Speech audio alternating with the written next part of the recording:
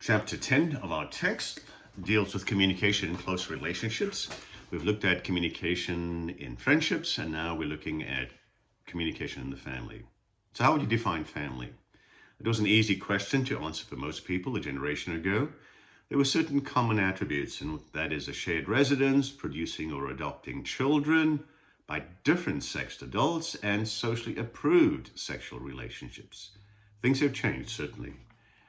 A more up-to-date definition would be this: a family is a system with two or more interdependent people who have a common history and a present reality, and who expect to influence each other in the future.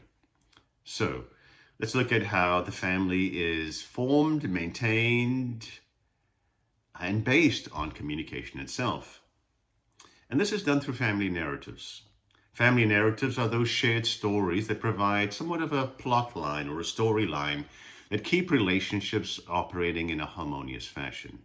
They serve a variety of functions, include reinforcing shared goals, where are we going as a family, teaching moral values, what have we learned as a family over the last two generations, and stressing family concerns. When a family story is told, it often has meaning beyond the incident being recounted. It certainly has value for the future. These might reflect beliefs about work, about family identity, who we are, and maybe warnings about you don't want to end up like this family member. And also about how family members ought to relate to each other and how they ought to interact with those out there in the rest of the world.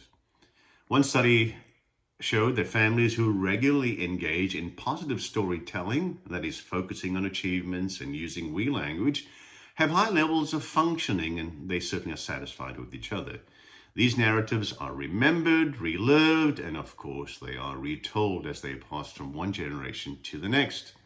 So what does your narrative say about how your family operates?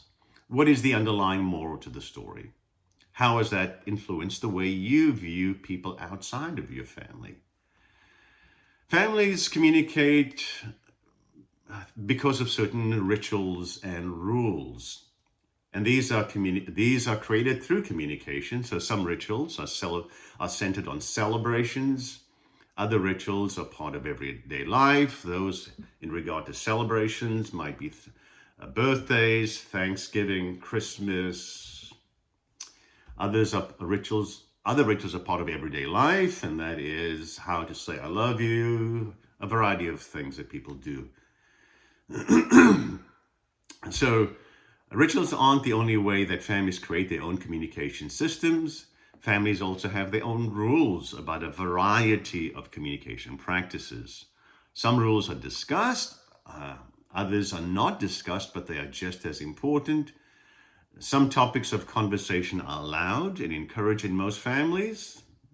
Some are not. Specifically, that might relate to sex, drinking, money, and how teens are doing academically. Those fall in don't want to discuss group. Step families have their own unique rules.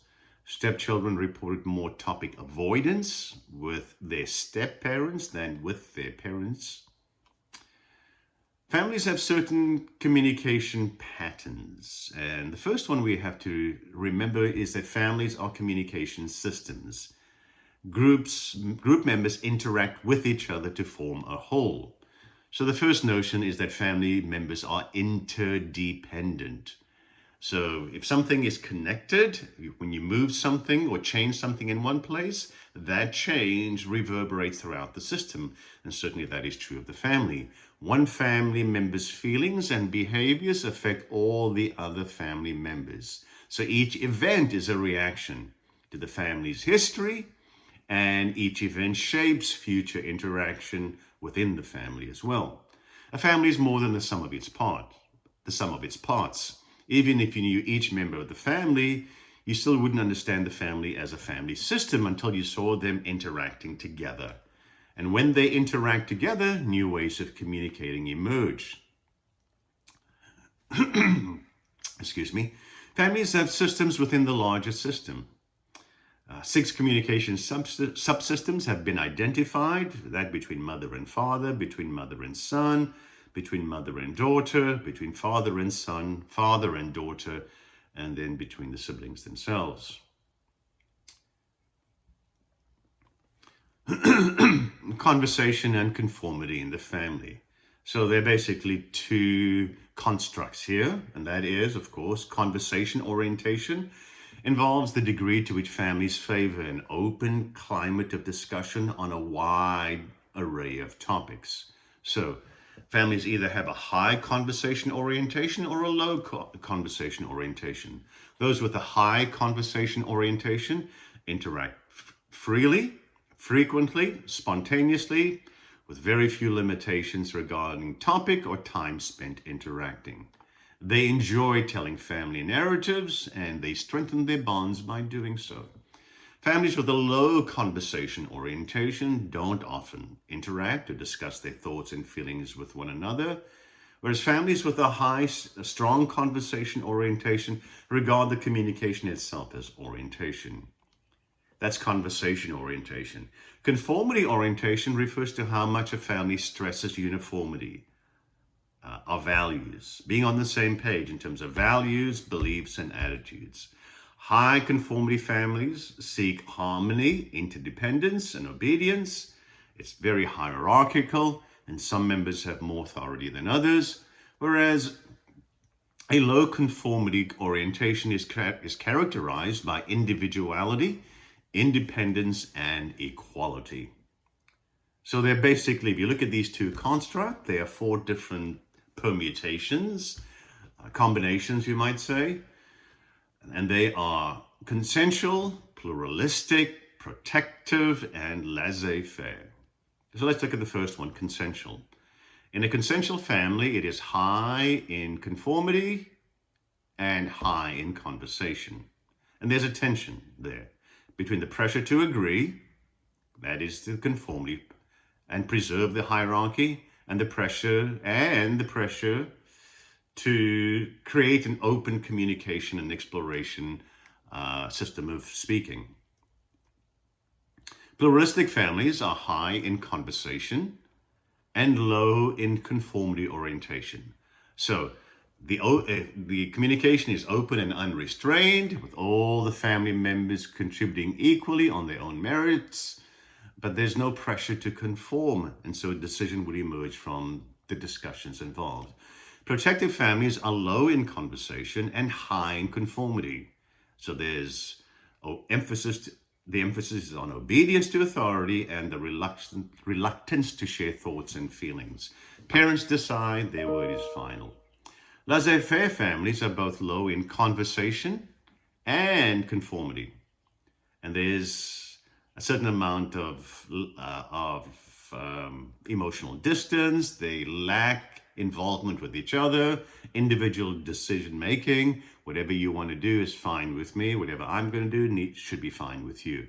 So, which of these four patterns best represents your family? Which would you like to be true of your family?